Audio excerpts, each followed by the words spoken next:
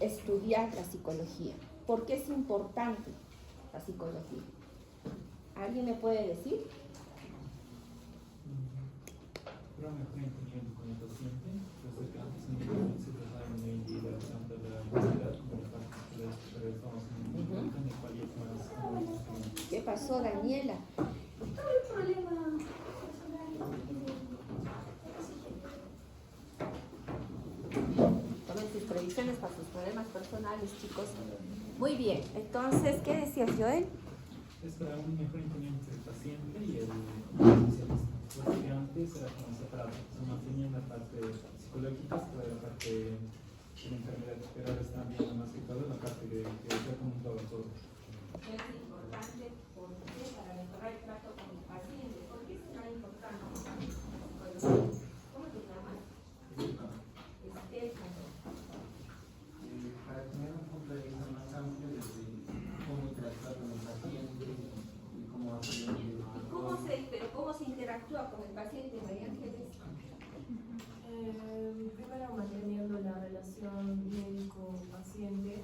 ¿Qué es la relación médico-paciente? El respeto que hay con que el paciente pues, es una persona y no solo es una historia clínica o una enfermedad. A ver, ¿la relación será respeto? ¿Qué dice? Sí, está en el respeto. ¿Qué más dijiste, María Ángeles? Considerar que es una persona tal y cual como nosotros y no solamente una enfermedad o un caso clínico, como podrían verlo algunos doctores. Sí, también es importante. También. ¿Por qué será importante que estudie la psicología? ¿Cómo te llamas? Caminero. Ay, caminense. Sí. Tu nombre. Porque nos permite poder comunicarnos con el paciente. Nuestro objetivo va a ser ayudar al paciente, entonces, como nuestro objetivo es nos permite poder tener una mejor relación con y para poder ayudar de mejor manera. Mejora nuestra relación, mejora nuestra comunicación, hemos hablado de respeto. Y entonces, ¿qué será la psicología? ¿Qué es la psicología? ¿Cómo te llamas? Alejandra. ¿Cómo? ¿Qué es la psicología? Podríamos definir que es una ciencia que va a estudiar el psique de la persona. El psique. ¿Y qué cosa es el psique? Podría ser, por ejemplo, la forma en la que la persona es, cómo piensa o cómo se desarrolla su La forma como es, como piensa una persona, ¿qué cosa es? Personalidad. No. La forma como una persona es, como piensa, como viste, cómo se expresa, se llama personalidad. Eso es diferente, no tiene nada que ver. Ahora vamos a revisar los conceptos de la psique y todo lo que ustedes están hablando. Pero una cosa es lo que yo pienso, otra cosa es lo que yo siento y otra cosa es la forma como me comporto. Entonces, a lo que yo pienso, ¿cómo se denomina?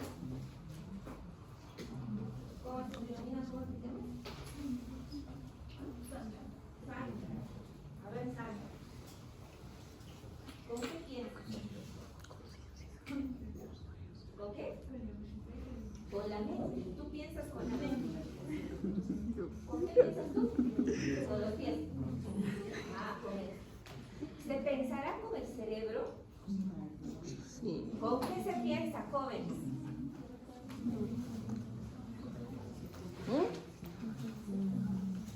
¿Qué dice?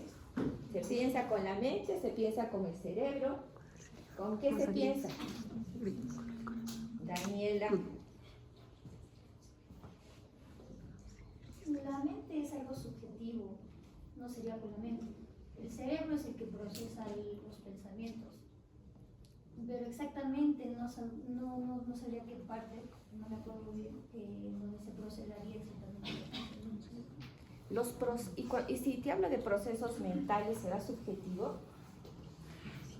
Yo creo que depende de cada uno, o sea, cómo procesa los pensamientos. No. ¿Se acuerdan cuando les hablé sobre la realidad? ¿Existe una realidad? Es subjetiva. La realidad es subjetiva. La realidad es la interpretación que yo tengo de lo que está aconteciendo en el contexto. Eso es la realidad. Algo así pasa con los procesos mentales.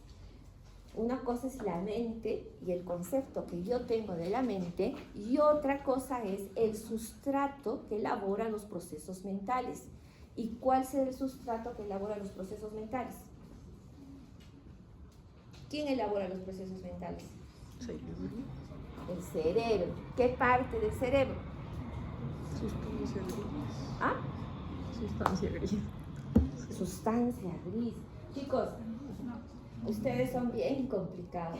Bien complicados. Ya. La sustancia gris, ¿qué parte de...? ¿Cómo se llama la sustancia gris?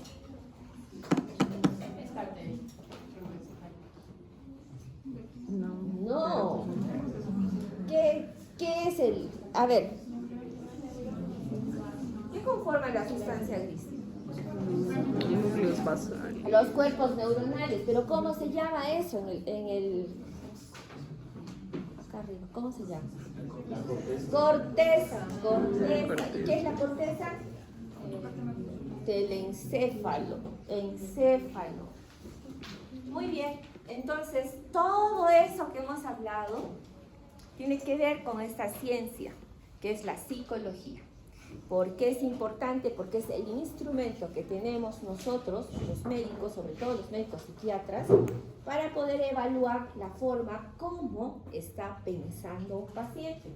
Porque no van a creer que yo veo a una persona, entre comillas, un loco, y yo tengo una bola mágica para adivinar qué está haciendo, ¿no? ¿Cómo lo evalúo? A través de la psicología. La psicología me brinda las herramientas para poder evaluar los procesos mentales de ese paciente. ¿Ya? Entonces, esta ciencia es muy importante porque me va a permitir ver a un paciente, evaluar al paciente, su contexto y cómo el medio ambiente influye en esa persona para que esta persona elabore respuestas de adecuación, de adaptación al medio en el que se encuentra. Por ejemplo, ustedes y yo.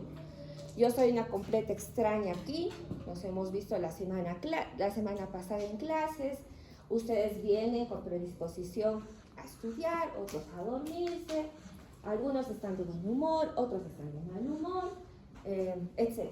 ¿No? Pero estamos interactuando y depende de esa interacción va a surgir varios procesos.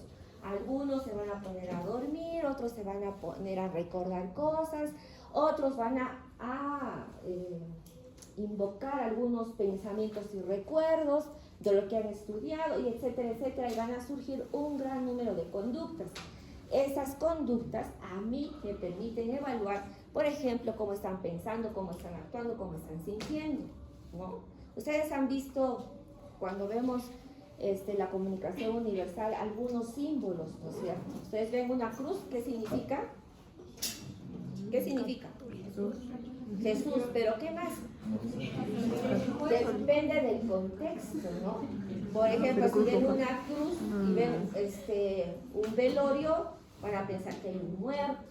O sea, y así van interpretando, ¿no? Para otros será pues la esvástica, o sea, cada uno tiene una interpretación.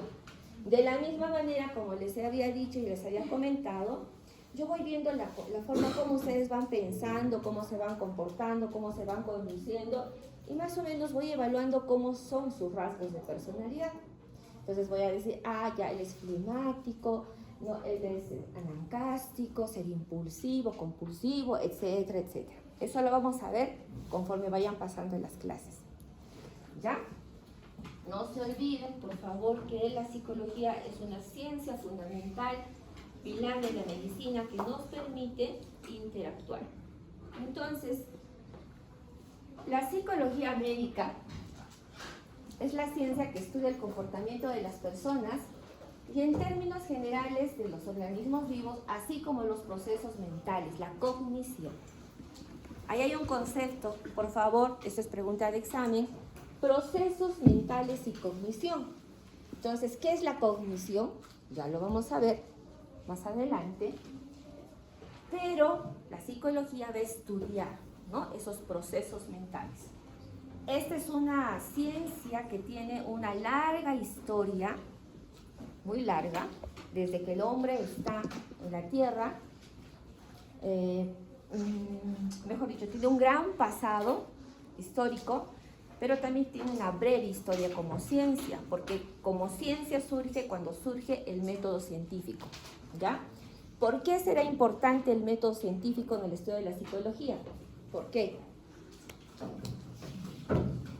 ayuda a generar hipótesis a base de observación. ¿Por qué? Nos ayuda a generar hipótesis a base de Bueno, el método científico tiene que ver con las hipótesis, pero ¿por qué a ver, Para tener resultados. ¿resultados de qué? O sea, la psicología estudia, por ejemplo, decir, estudia a las personas. No, Daniela, mira lo que dice acá. Sí, ¿Qué estudia la psicología? sí, el comportamiento. Y los procesos mentales. ¿Los procesos mentales se pueden medir? ¿Yo puedo medir cómo pienso, cómo siento? No. ¿Qué se puede medir? La conducta, el comportamiento. Entonces el método científico viene y dice, a partir de ahora yo no puedo medir los procesos mentales, pero tengo que buscar algo que medir. Y es donde la psicología se convierte en ciencia. Por eso su pasado es muy largo, pero su historia es reciente y corresponde al método científico, ¿ya? Antes, pues, explicaban la conducta, el comportamiento a través de mitos y leyendas, los grandes dioses, el Olimpo, etcétera, etcétera, los castigos. Pero después ya se fueron observando más cómo esta conducta va repercutiendo en el diario vivir de las personas a través del método científico. Actualmente hablamos de psicología y de medicina basada en ¿qué? En la evidencia. Si no tengo evidencia, no me sirve. Pero a ver, pregunta para ustedes, porque eso es pregunta de examen. Mis exámenes son historias clínicas. ¿Mi gripe será igual a la gripe de ustedes? Entonces, ¿por qué a todas las gripes les dan paracetamol? ¿Por qué? Por el método científico. Porque el método científico dice, de 100 personas, 80 a 89 les calma el dolor de cabeza con el paracetamol, entonces se aprueba en consenso y dice, el paracetamol sirve para la gripe. Pero no todas las gripes son iguales. Entonces ahí viene la individualidad.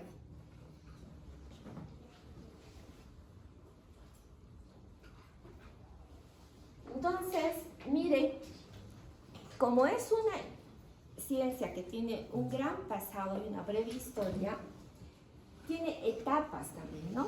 Antes del método científico, la psicología estaba basada en el método filosófico. Es decir, todo lo que yo sentía, toda la subjetividad de la que ustedes me han hablado, explicaba el comportamiento del ser humano.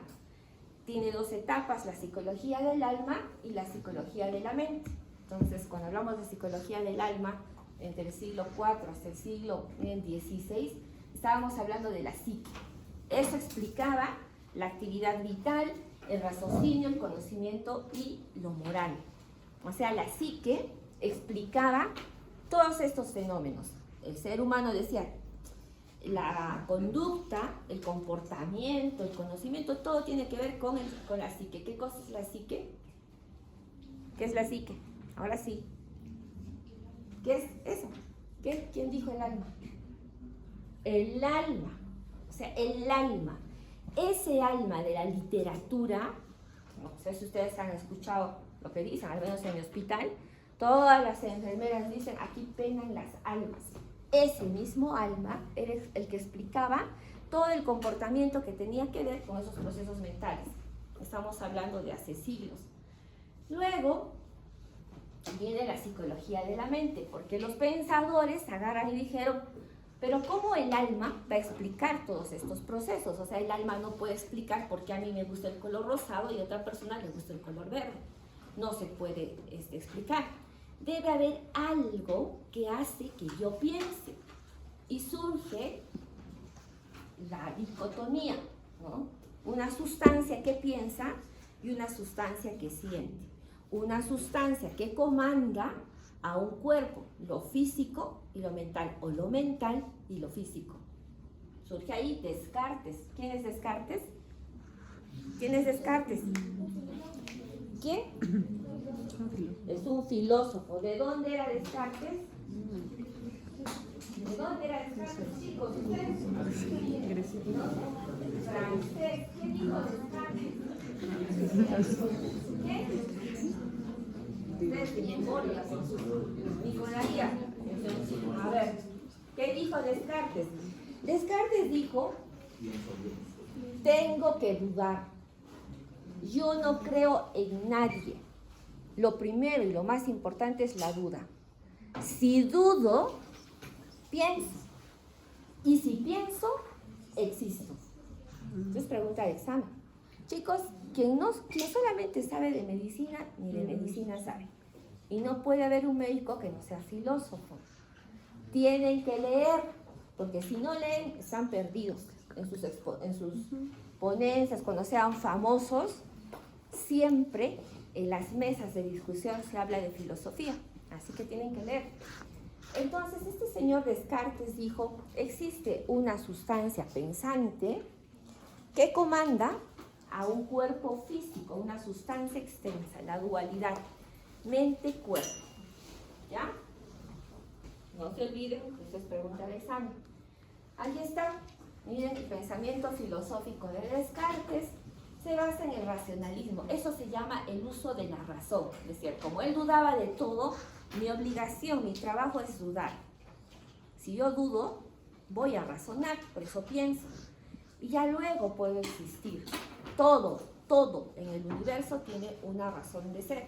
Ese es el conocimiento de Descartes. Ahí está, la sustancia pensante. Luego va evolucionando la historia, la ciencia, el método científico, los estudiosos, y surge este concepto, el paradigma. ¿Qué es un paradigma? ¿Qué es un paradigma? ¿Qué es un paradigma? ¿Qué es un paradigma? Un problema. Un problema. Es un modelo. ¿Qué es un paradigma?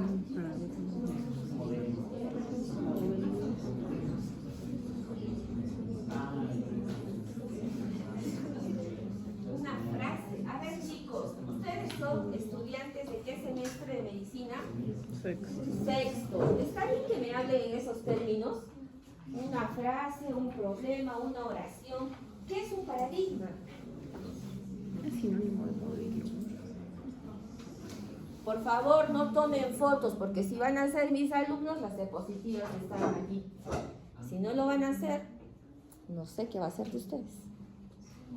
El paradigma es una mención general de la ciencia, ¿no? Mencionan que son dos etapas. Una en la cual se tiene que encontrar que es como una solución, que se va perfeccionando hasta que el paradigma como tal de la solución a las distintas cuestiones, problemas que se tienen. Y de ahí se va evolucionando hasta que el paradigma como tal no puede dar una solución a todo y se crea como una revolución. Se crea otro paradigma, una nueva solución. ¿Han entendido? No. Ya, un paradigma es un conjunto de conocimientos que es aprobado por un grupo de expertos que me va a explicar un problema en un determinado momento. Repito, grupo es un conjunto de conocimientos que es aprobado por un grupo de expertos que me va a explicar un problema o va a solucionar un problema en un determinado momento. Por ejemplo, Ptolomeo, que decía que la Tierra era el centro del universo. Es la teoría geocentrista. Pero luego viene Copérnico y que dice, no, el Sol es el centro del universo. La teoría heliocentrista. Entonces, para cambiar de una verdad a la otra, surge lo que su compañero ha dicho, una revolución. Entonces, un paradigma va a resolver un problema en un determinado momento. Luego ya no es tan importante, necesito más conocimiento, se rompe las características de ese sistema y surge un nuevo conocimiento, un nuevo paradigma. ¿Ya? Eso es pregunta de examen para los que van a dar examen conmigo. Y junto con ello, Thomas Kuhn, que es el padre del paradigma y las teorías revolucionarias paradigmáticas, entonces viene a contribuir a que el método científico vaya avanzando. ¿no? Y la noción de paradigma. Entonces, Thomas Kahn dice esto, ¿no? Existe que la ciencia, lo que decías, avanza en esas dos etapas. El perfeccionismo de las teorías que se estaban creando y evolucionando, se van perfeccionando, van resolviendo problemas, pero surge un nuevo problema y tiene que venir una nueva teoría, un nuevo conocimiento, un nuevo paradigma, ¿ya? Por ejemplo, antes de los años 60 era bueno tomar sol. Hasta los 80 todo el mundo tenía que tomar sol, tenía que broncearse, que la vitamina D, que bla, bla, bla, etcétera, etcétera. Pero ahora, ¿cuál es el nuevo paradigma? No tomes sol por más de 15 minutos, tienes que usar bloqueador y etcétera, etcétera. De acá a unos años surgirá un nuevo paradigma que vaya a resolver nuestros problemas.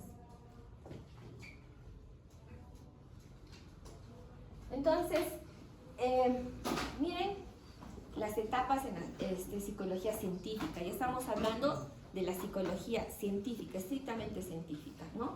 Psicología científica de la mente, de la conducta, o sea, empezó con los problemas de la mente. Había problemas que todo se atribuía a la mente.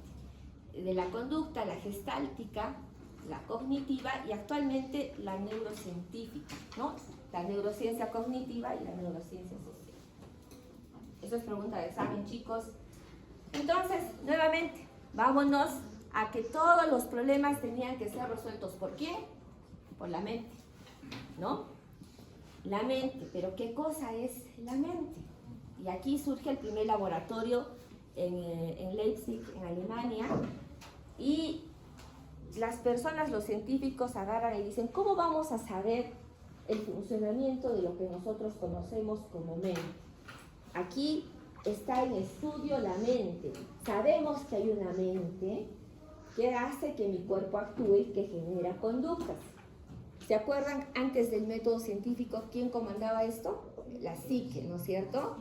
¿Qué cosa era la psique? El alma. ¿Por qué se llamaba así? Porque venía una palabra griega que es hálito. ¿Ustedes han visto nacer a un niño? ¿No? Pero han visto las películas. ¿Qué hace? ¿Qué es lo primero que hace el niño cuando nace? Llorar. Toma aire. Y recién llora. ¿Han visto morir a alguien?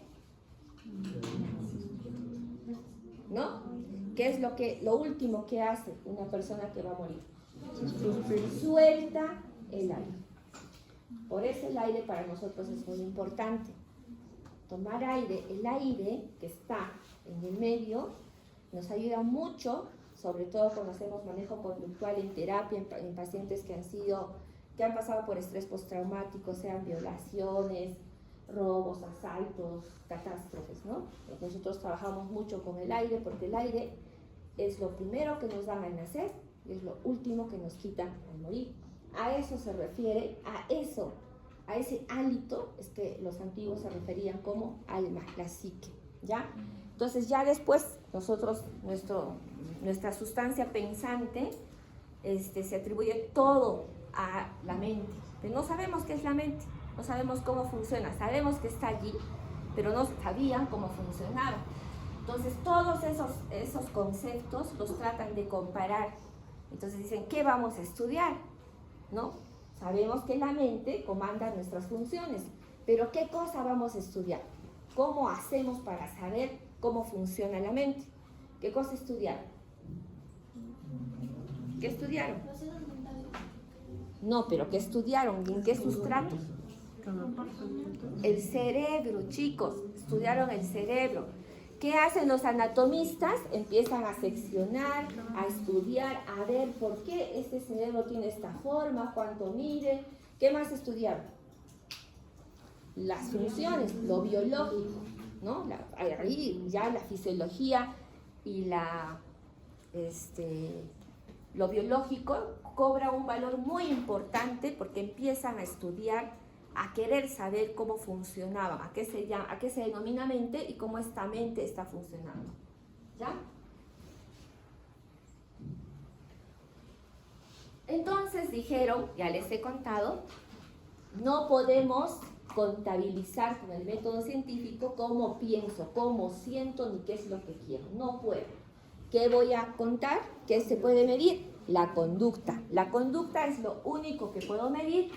Y Watson funda la escuela conductista y se denomina la psicología de la conducta. Luego viene Pavlov. ¿Se acuerdan de Pavlov? ¿Sí? ¿Se acuerdan de Pavlov o no? Ay, ya. ¿No se acuerdan del condicionamiento clásico? Oigan, chicos, ustedes los han condicionado.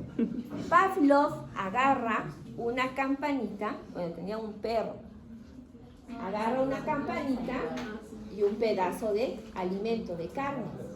Entonces, ¿qué hace? Hace sonar la campanita, primero hace sonar la campanita, luego agarra el pedazo de carne, hace sonar la campanita y le muestra al perro la carne. Hace sonar la campanita y le da al perro la carne.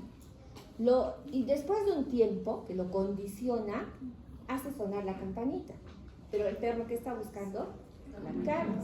Ese es el condicionamiento clásico, ¿ya? Entonces, todo eso es la conducta. Esa es la conducta que los conductistas empezaron a estudiar. Y entonces dijeron, a ver, ¿cómo vamos a hacer para condicionar a las personas? Lo mismo que yo haría con ustedes, ¿no? Si ustedes llegan tarde, van a tener 0. No hay evaluaciones. ¿Qué estoy haciendo? Los estoy condicionando. Cuando veamos, más adelante les voy a mostrar cómo funciona la mente del psicópata. Una cosa es manipulación y otra cosa es condicionamiento, ¿ya?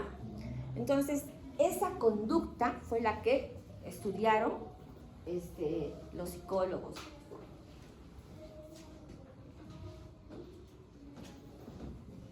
Muy bien. Entonces, continúa el método científico y dice, tengo la mente con todos sus procesos mentales, tengo la conducta, pero ¿por qué, lo que les he dicho, el paracetamol, por qué no todos responden de la misma manera? ¿Qué tiene que ver? Si yo tengo 3 personas que están con fiebres y les doy paracetamol, a 2 les baja la temperatura, pero a 1 no. ¿Por qué? ¿Ah? Sí, pero ¿por qué? ¿Por qué? Porque crece en un ambiente diferente. Sí, puede ser un ambiente diferente. ¿Por qué más? El ambiente. Muy bien. ¿Qué más? De repente comió algo más, de repente tiene otro tipo de bacteria. ¿Qué está influenciando allí? El ambiente, el contexto. Entonces, ¿qué dijeron los estudiosos? Que el todo es mucho más que la suma de las partes. O sea, yo no puedo ver a una persona, solamente su mente y su conducta. Tengo que ver qué pasó alrededor de esa persona para que esa persona reaccione de una manera diferente. ¿Ya? Entonces, si por ejemplo yo pongo acá a 10 de ustedes y les pongo un paciente esquizofrénico, no todos van a reaccionar de la misma manera. Unos dirán, se van a asustar, otros van a correr, otros lo van a querer estudiar, una gran mayoría se va a aislar, pero cada uno va a responder ¿a qué? Al contexto. Entonces, el todo es mucho más que la suma de las partes. Y sobre ese concepto viene la psicología gestáltica. Miren, ese es el famoso jarrón. ¿Ven? El todo es más que la suma de las partes. Si yo veo una parte, ¿qué veo al centro? Un jarrón. Si veo solamente la parte oscura, ¿qué veo? 2 caras. 2 perfiles. Pero si yo veo todo, voy a ver seguramente mucho más. Yo conceptúo de una manera, ustedes están conceptuando de otra manera.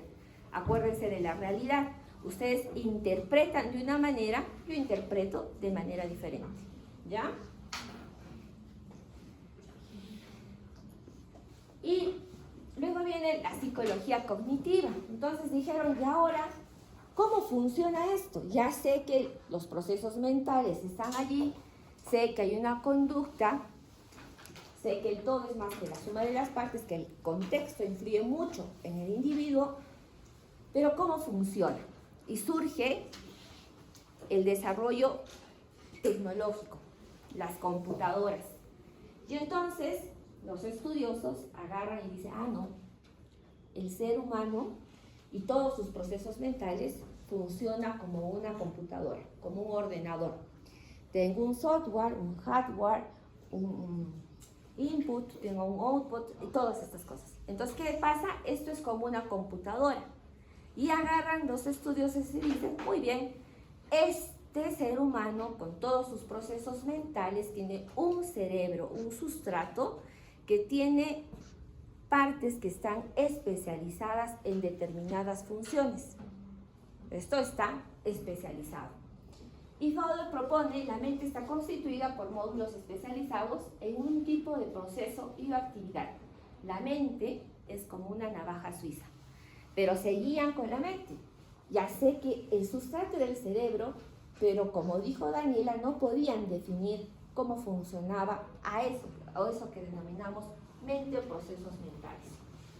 Sabían que estaba especializada y pasamos del dualismo mente-cuerpo a el modelo de la navaja suiza.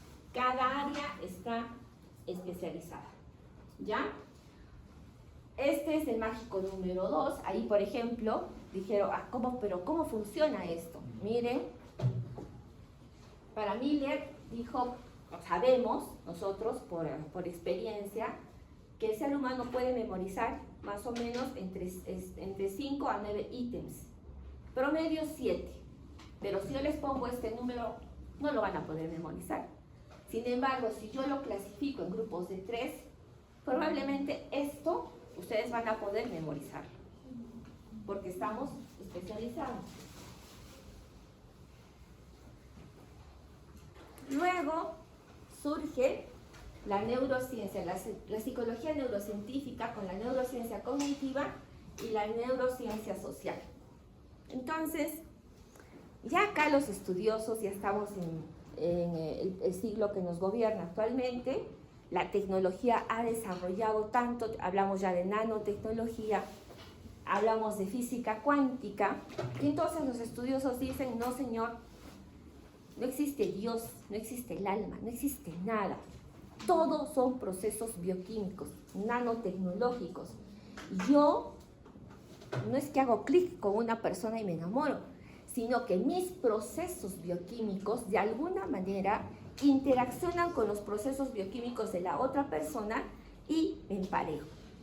De la misma manera que me deja de gustar una persona, me voy con la otra. Todo en el mundo, todo en el universo tiene una explicación. Y esta explicación, la ciencia todavía no ha avanzado lo suficiente para poder explicar todo lo que nosotros necesitamos saber. Entonces, aquí ya la tecnología, como miren, la tomografía por emisión de positrones, la genética, puede explicar muchos procesos, o sea, ya avanzó a tal punto que podemos explicar el comportamiento, la cognición, lo cognitivo, desde el punto de vista, por ejemplo, genético, ¿no? Desde lo micro, lo molecular, hasta lo macro, lo social, lo cultural, ¿no? No sé, ustedes ahora podemos explicar muchos aspectos de la conducta humana, por ejemplo, gracias al desarrollo de esta comunidad LGTB, etcétera, etcétera, etcétera, ¿no? Es una moda, por ejemplo, ahora el tener que, en los adolescentes sobre todo, están explorando todo el tema de la ideología de género, por ejemplo. Ahí está, miren, esto es lo que nosotros conocemos como mente. ¿Dónde, cómo surge? ¿En qué parte empieza el proceso bioquímico? No lo sabemos. Sabemos que recibimos información a través de ¿qué? ¿Cómo ingresa la información a nuestro cerebro? Los sentidos. ¿A dónde va? ¿A dónde? ¿A dónde? Chicos, al tronco. ¿Cómo va a ir al tronco? ¿A dónde va? Todos estos procesos, miren, tomar decisiones, planificar, organizar, equivocarse, frustrarse, enojarse, tener vergüenza, tener ira, todo eso es lo que conocemos como mente, procesos mentales. La tomografía por emisión de positrones se coloca al paciente un contraste y dependiendo de la cantidad de contraste o sustancia metabólica que va a captar, yo puedo predecir, por ejemplo, si este paciente se va a morir, si no se va a morir, si va a estar bien, si le va a afectar, etcétera, etcétera. Lo mismo ocurre con la esquizofrenia. Entonces, a ese punto hemos llegado, donde todo está en investigación, y nos gustaría saber, por ejemplo, cómo funciona la mente de un psicópata. ¿Ustedes han escuchado hablar sobre los psicópatas? Sí. ¿Conocen algún psicópata? Claro que sí. Les aseguro que están sentados entre ustedes. Entonces, chicos,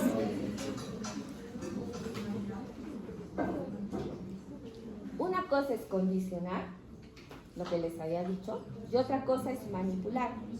El psicópata es tan inteligente, va lindando con una personalidad narcisista, todo lo sabe, todo lo puede, todo lo ve.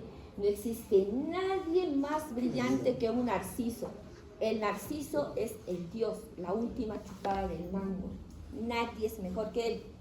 Por lo tanto, quiere hacer todas las cosas como él cree que es correcto y manipula. Pero ¿cómo manipula? La manipulación es hacer que la otra persona haga lo que yo exactamente quiero que haga, pero sin que se dé cuenta. En cambio, el condicionamiento, si mi paciente viene y me dice, si no me das clonazepam, yo me pego un tiro, ¿eso es manipulación o es condicionamiento? Condicionamiento. Entonces, si quieres te matas. Porque sé que me está condicionando. Pero si una persona viene y yo termino haciendo por no sé qué lo que él me dice, ¿qué está haciendo? Me está manipulando. Entonces, chicas, chicos, chiques, no se dejen manipular. Muchas veces el sustrato del narciso es el dependiente, el TLP, el inestable. Entonces, esas uniones entre un narciso y el dependiente, por lo general, son bien patológicas.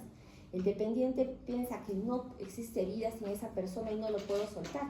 Surge la mayoría de veces en las relaciones de pareja. Pero no solo en las relaciones de pareja, también las relaciones disfuncionales, por ejemplo, con los jefes, autoridades, etcétera, ¿no? Me tratan mal en un trabajo, pero no sé por qué no lo puedo dejar. Porque creo que no puedo o no soy capaz de conseguir un mejor trabajo, por ejemplo.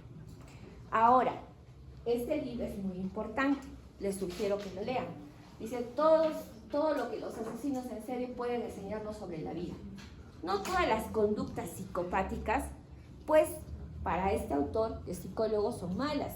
Por ejemplo, no tener miedo es una de las características de un psicópata. Muchas veces no tener miedo nos puede ayudar. Por ejemplo clásico de psicópatas, ¿quiénes son? ¿Quiénes? Los políticos, chicos. Los políticos. La mayoría. Los asesinos en serie son pocos, se esconden, están bien camuflados. Pero los sinvergüenzas, conchudos, ¿quiénes son? Los políticos, ¿no? Es que es increíble porque por una caja de fósforo nos vendemos. Por una caja de fósforo, mira, por un caramelo damos nuestro voto. ¿Sí o no? ¿Qué han hecho con nosotros? Nos han condicionado, nos han manipulado. Nos han manipulado. Como somos tan dependientes, tan tontos, caemos en el juego. ¿Quiénes eligen a nuestros gobernantes? Ustedes, no yo. Ustedes, los jóvenes son los que eligen a los gobernantes. Miren el campo de la psicología y la salud. Les dejo la diapositiva para que la puedan revisar. Es amplio. Tenemos a la psicología organizacional, por ejemplo.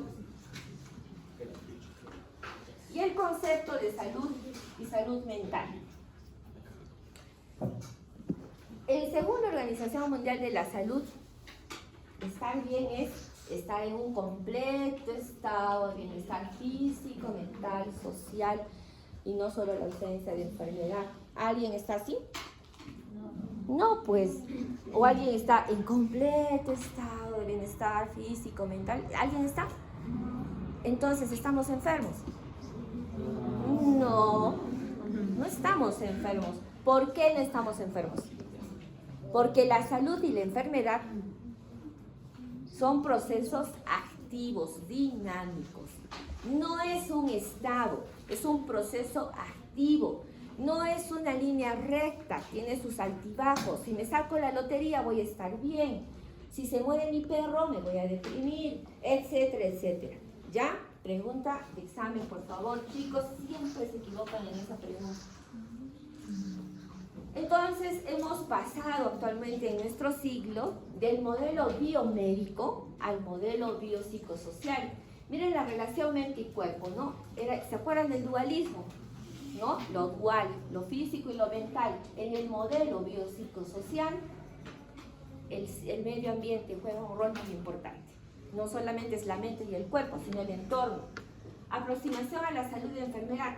Somos en el modelo biomédico reduccionistas. Todo tiene una causa, todo es lo biológico.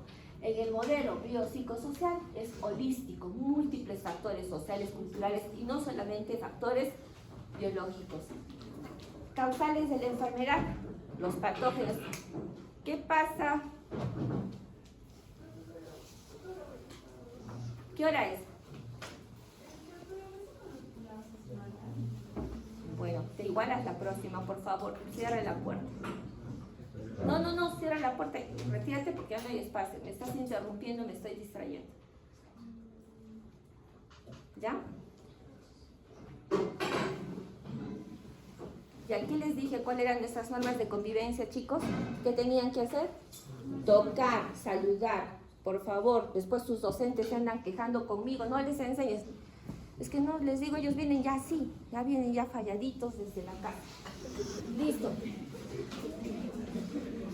Entonces, promoción de la salud y tratamiento, chicos. ¿Qué hace el modelo biomédico? Eliminación de los patógenos y erradicación de la patología. En el modelo biopsicosocial, reducción no solamente de los factores biológicos, sino de lo social, lo cultural, lo psicológico. La causalidad es lineal. En el modelo biopsicosocial, circular. La responsabilidad de la salud, aquí solamente son responsables los profesionales médicos. En el modelo biopsicosocial, todo en conjunto, la comunidad, todos somos responsables de tener una salud óptima. ¿Qué es salud mental? ¿Qué será salud mental?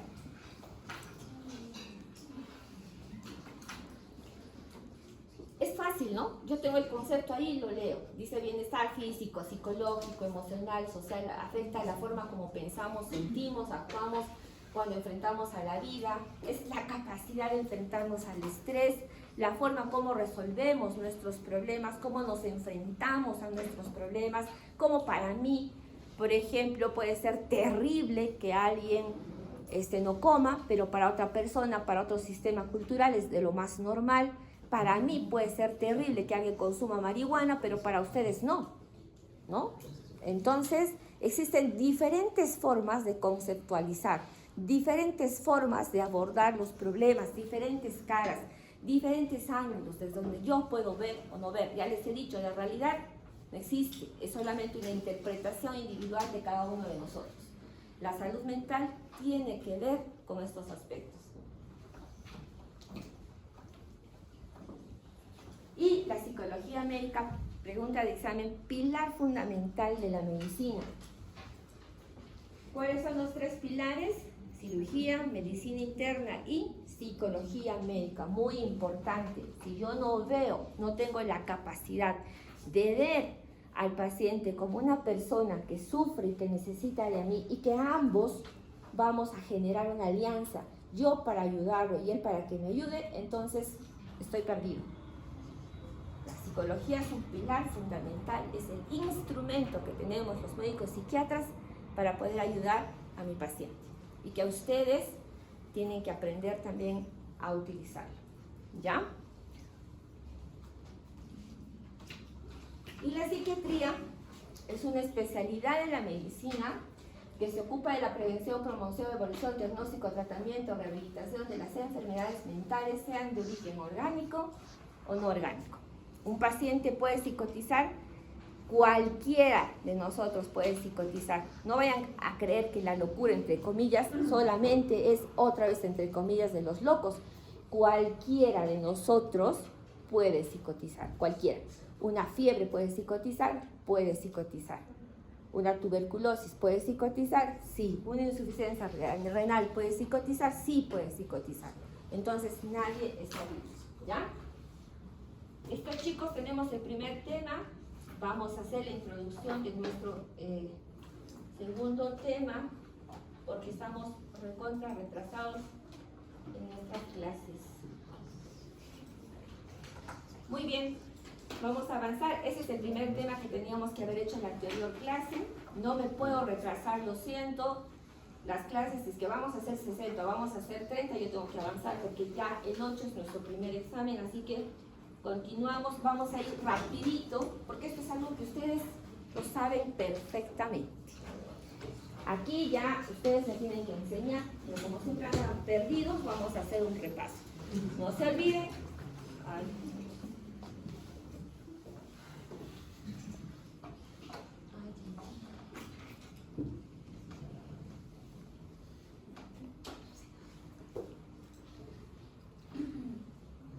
Sistema nervioso. ¿Cómo se clasifica? Sistema nervioso de la vida somática, por favor, en sistema nervioso central y sistema nervioso periférico. ¿Por qué se llama sistema nervioso central? ¿Por qué? ¿Qué? No escucho. ¿Por qué? Chicos, ¿por qué se llama sistema nervioso central? ¿Por qué? Oigan, ¿ustedes vienen de sus clases de medicina o de dónde? Voy a hablar con la doctora Maricel. A ver, ¿sí? ¿Quién ha dicho sí? ¿Por qué se llama sistema nervioso central? Es el que comanda todo. Porque es el que comanda todo, ¿están de acuerdo? En parte. Chicos, tienen que leer, por favor. Si no, vamos a estar perdidos. Sistema nervioso central, porque está en el centro. Está protegido por qué? Hueso, sistema óseo. Por eso es sistema nervioso central. Y sistema nervioso periférico es lo que está emergiendo de las estructuras óseas. Entonces, ¿qué tenemos en el sistema nervioso central? El encéfalo. El encéfalo, a su vez, ¿en qué se divide? Diencéfalo, cerebro, cerebelo y tronco encefálico. Miren el diencéfalo, pregunta del examen. Tálamo, hipotálamo, epitálamo. Ahorita vamos a hablar. Médula espinal. Sistema nervioso periférico. ¿Por qué está conformado? Ganglios y nervios. Nervios, pares raquídeos, en total son 31, pares craneales, en total ¿cuántos son? 12. Sistema nervioso vegetativo. ¿Por qué se llama vegetativo? ¿Por qué? O de la vida inconsciente, porque acaso yo les estoy diciendo, sí, mi corazón está latiendo 72 latidos por minuto, o me duermo y le digo a mi sistema respiratorio que se pare. No, está funcionando en automático, es de la vida inconsciente, vegetativo. ¿Quiénes están allí? Simpático y parasimpático. ¿Qué hace el simpático? Pone estado de alerta.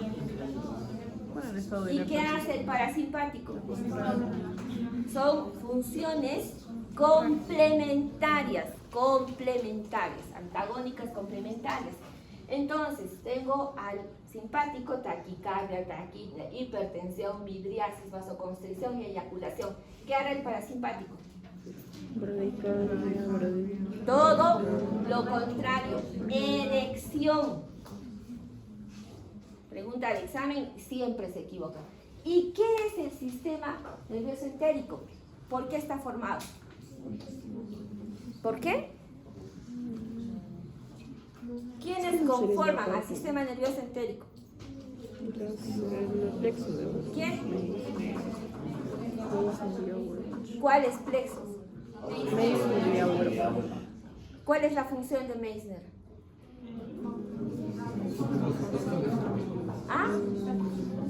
Hablen, pues chicos, ustedes vienen de las clases de anatomía. ¿Cuál es Meissner? ¿Qué hace Meissner? No, Meissner, plexo submucoso, producción de qué? De hormonas que van a controlar qué? A las glándulas digestivas. ¿Qué hace Auerbach? Peristaltismo. ¿Dónde está el plexo de Meissner? Intestino delgado, submucoso. ¿Por qué será importante? Se denomina, pregunta de examen, tercer cerebro. ¿Por qué? Es que trabaja de forma independiente. ¿Qué se produce allí en el tubo digestivo? Neurotransmisores. Uno de ellos, la serotonina. ¿Para qué sirve la serotonina? Neurotransmisor que tiene que ver con la conducta, el comportamiento, regula el estado de ánimo, regula muchas funciones en nuestro organismo. Entonces tenemos un sistema nervioso central, ya les he comentado que es comparado con un ordenador, con una computadora, todo entra a nuestro sistema nervioso. La información, ¿cómo entra? ¿A través de qué? De los sentidos. ¿A dónde se va? Ahorita vamos a ver. ¿Qué es la neurociencia? Dice un enfoque científico pluridisciplinar que estudia la estructura y la función del cerebro, tanto sano como enfermo. Ojo, la neurociencia va a estudiar cada parte de ese cerebro y para qué sirve. La neurociencia, ¿qué va a estudiar? Solo los sustratos neurales de los procesos cognitivos. Y ahí a eso nos vamos a enfocar. A ver con qué parte pensamos, decidimos, sentimos, actuamos. No se olviden, esto es pregunta de examen. Anda a lavarte la cara si te estás durmiendo. ¿Tú? No, tú pues tú. Te estás durmiendo. Tu compañera. Listo. Chicos, entonces la neurociencia cognitiva va a estudiar todos esos procesos, conciencia, memoria, planificación, toma de decisiones. ¿Cómo se llaman esas funciones?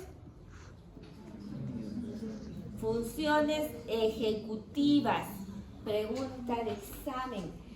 ¿Dónde se producen las funciones ejecutivas? ¿Con qué parte de mi cerebro yo pienso?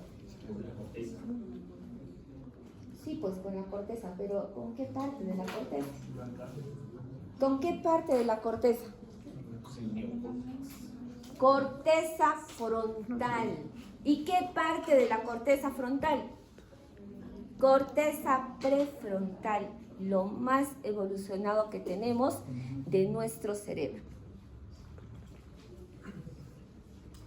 El cerebro contiene regiones especializadas, ya lo hemos visto. ¿Existen áreas de asociación? Sí, que permite comunicar un hemisferio con otro, la parte más alta con la parte más baja, también lo vamos a ver después. Estos estudios, la tecnología que nos ha permitido poder estudiar las diferentes partes del cerebro. Ahí está el sistema nervioso central, está el centro, el sistema nervioso periférico, la periferia. ¿Cuál es la unidad funcional del sistema nervioso? La neurona. ¿Y qué hacen las células gliales? Nutrición, sostén, comunicación, etc. ¿Es importante? Sí, la neurociencia ha demostrado que es muy importante. Aquí está el desarrollo embrionario de nuestro cerebro. Miren, a los 25 días, en amarillo, cerebro anterior, en verde, cerebro medio, en púrpura, el cerebro posterior. Miren cómo el cerebro anterior va creciendo y va ocupando casi toda la cavidad craneana, desplazando el cerebro medio y el cerebro posterior. El cerebro posterior va a dar lugar ¿a qué? Al puente y la miel. Aquí está, pregunta de examen. Sistema nervioso central, encéfalo y médula espinal, prosencéfalo o cerebro anterior que da lugar ¿a qué? Al telencéfalo. ¿Qué es el telencéfalo?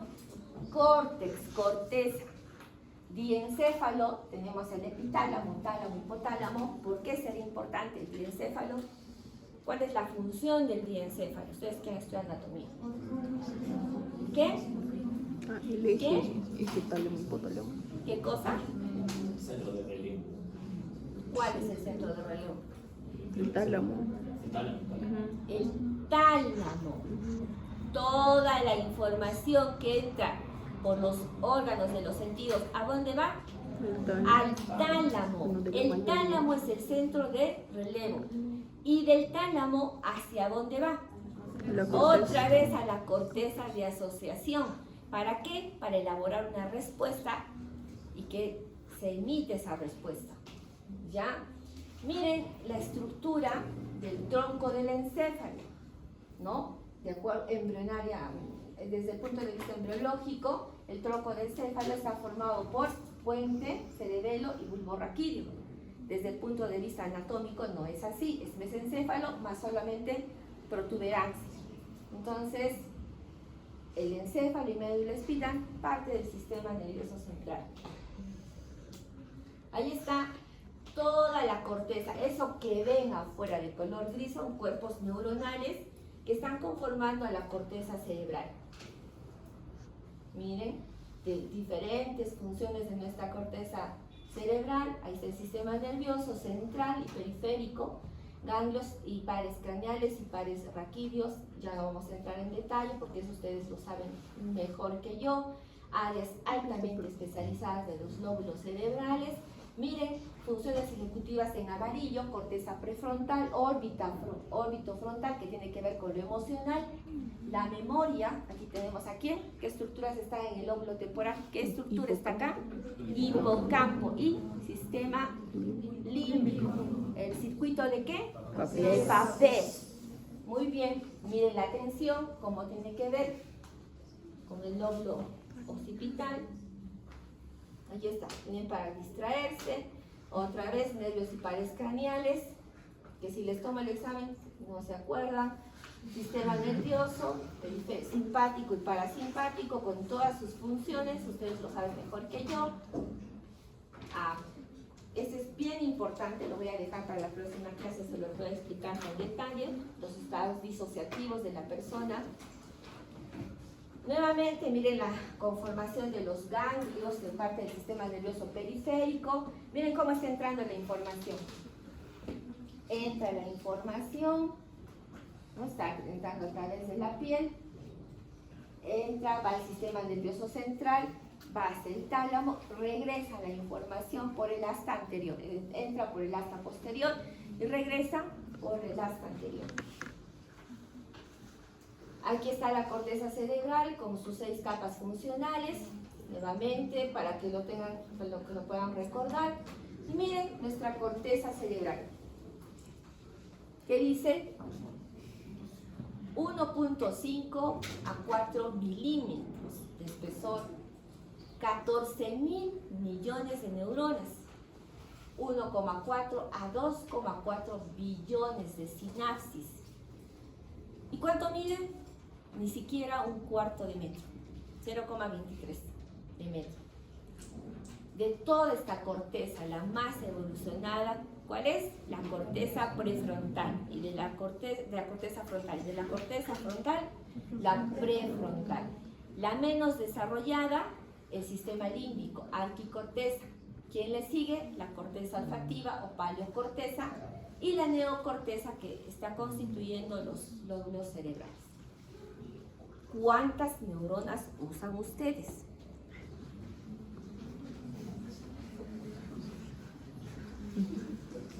Muy bien, ganglios basales. ¿Qué son los ganglios basales? Sustancia gris. ¿Qué son? Cuerpos neuronales o sustancia gris, que está ¿dónde? ¿Dentro de qué? De sustancia blanca. ¿Cuál es la función? Conectan estructuras superiores o estructuras inferiores, como el tronco encefálico y la médula espinal, pero está encargada ¿de qué? Del control de los movimientos voluntarios inconscientes, como por ejemplo, ¿qué? ¿Cuáles serán movimientos voluntarios inconscientes? El movimiento de las manos al caminar. Movimiento de las manos al caminar, ¿qué más? Reírse. Cuando se están lavando los dientes, cuando están cocinando, cuando están utilizando la memoria de trabajo, están haciendo movimientos que son voluntarios pero que no son conscientes. Si se produce alguna lesión a nivel de los ganglios basales, van a surgir, obviamente, patologías que tienen un componente psiquiátrico mental. Sí. ¿Cómo está constituido los ganglios basales? Pregunta de examen. Núcleo caudado y el lenticular está formado por el putamen y el globo pálido. Ahorita lo vamos a ver. El globo pálido es externo e interno y todo eso constituye el estriado. Tenemos también a la sustancia negra. ¿Qué hace la sustancia negra? ¿Qué produce? Dopamina. Si se produce una deficiencia en la producción de la dopamina, ¿qué enfermedad viene? Parkinson, ¿no? El Parkinson, ¿puede psicotizar? Claro que puede psicotizar, porque si le doy un antipsicótico a un paciente que tiene enfermedad de Parkinson o un paciente que no tiene enfermedad de Parkinson, puede hacer ¿qué? Parkinsonismo. Tengo al núcleo accumbens, que tiene que ver con el sistema de recompensa y el placer, la amígdala cerebral, que tiene que ver con la reactividad y también le da el tono a las emociones para que se registren en la memoria. Y bueno, aquí están algunas enfermedades que tienen que ver con la alteración de esos centros. Ahí está el accumbens en amarillo, el lenticular, el putamen parte del lenticular, ahí está el pálido, nuevamente miren el accumbens que está rodeando aquí en el lenticular. ¿Por qué estaba formado el lenticular? ¿Qué dijimos? Putamen y el globo pálido. Ahí está el accumbens, miren el accumbens que tiene que ver con el sistema de recompensa. Cuando se produce una alteración a nivel del accumbens, pues para los consumidores de cocaína y alcohol, necesitan cada vez mayor cantidad de sustancia para poder experimentar el mismo placer. Ahí está el estriado, más imágenes sobre lo mismo, todas las estructuras que ustedes pueden observar. Aquí está el tálamo, el centro de relevo de información de nuestro sistema nervioso, y el hipotálamo, el subtálamo, el epitálamo. ¿Cómo se llama el epitálamo? ¿Cuál es el otro nombre del epitálamo? ¿Cómo se llama? Chicos, María Ángel, sálvalos. Daniela, Joel,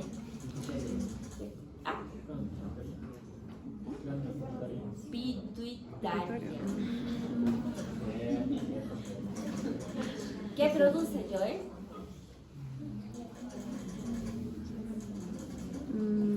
¿Qué produce, chicos? Melatonina. ¿Cuál es la función de la melatonina? ¿Regular qué? Entonces cuiden a su glándula pituitaria. ¿Quién comunica el sistema nervioso con el sistema endocrino?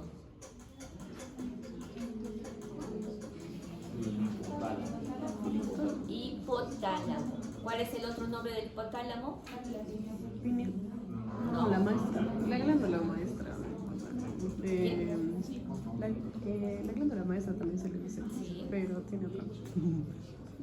Chicos, entonces tenemos que estudiar, tenemos que repasar, porque si no estudiamos, si no repasamos, ahora todo lo que ustedes han estudiado empieza a tomar forma, porque sobre ese sustrato vamos a avanzar, ¿ya? Sobre ese sustrato ustedes van a, así como ustedes han estudiado anatomía, fisiología, y van a aplicarlo en semiología, porque ahora van a hacer semiología, reconociendo síntomas, signos. Nosotros también tenemos lo nuestro, y lo más complicado es lo que comanda absolutamente todo. O sea, nosotros estamos arriba dentro de las especialidades médicas, viendo el funcionamiento de todo el organismo, ¿no? Yo siempre les comento esto en las reuniones de médicos. ¿Qué ven los dermatólogos? La piel, la cara, el rostro. ¿Qué ve el traumatólogo? Los huesos, cómo caminan, ¿no? Así somos los médicos, somos criticones. Vamos a una reunión y el dermatólogo mira su piel, mira que es así. El traumatólogo se fija si camina bien, si no camina bien. El reumatólogo está artrítico. ¿Y nosotros qué haremos? Este está loco, ¿no? Todos están locos. Chicos, tienen que estudiar.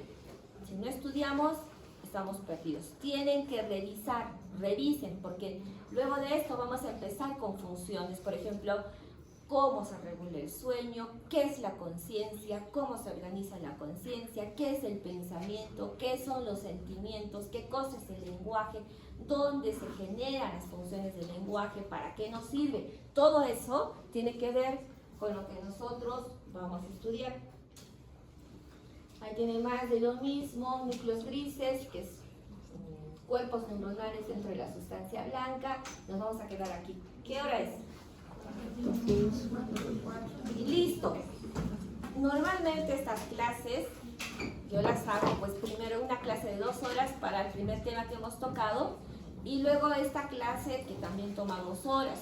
¿Por qué me estoy adelantando? Porque si yo me retraso un poco más, los perjudicados van a ser ustedes. Y como vamos a estar repasando, vamos a estar viendo más de lo mismo, yo necesito que ustedes también vayan adaptando sus cerebros y su conocimiento para lo que vamos a ver.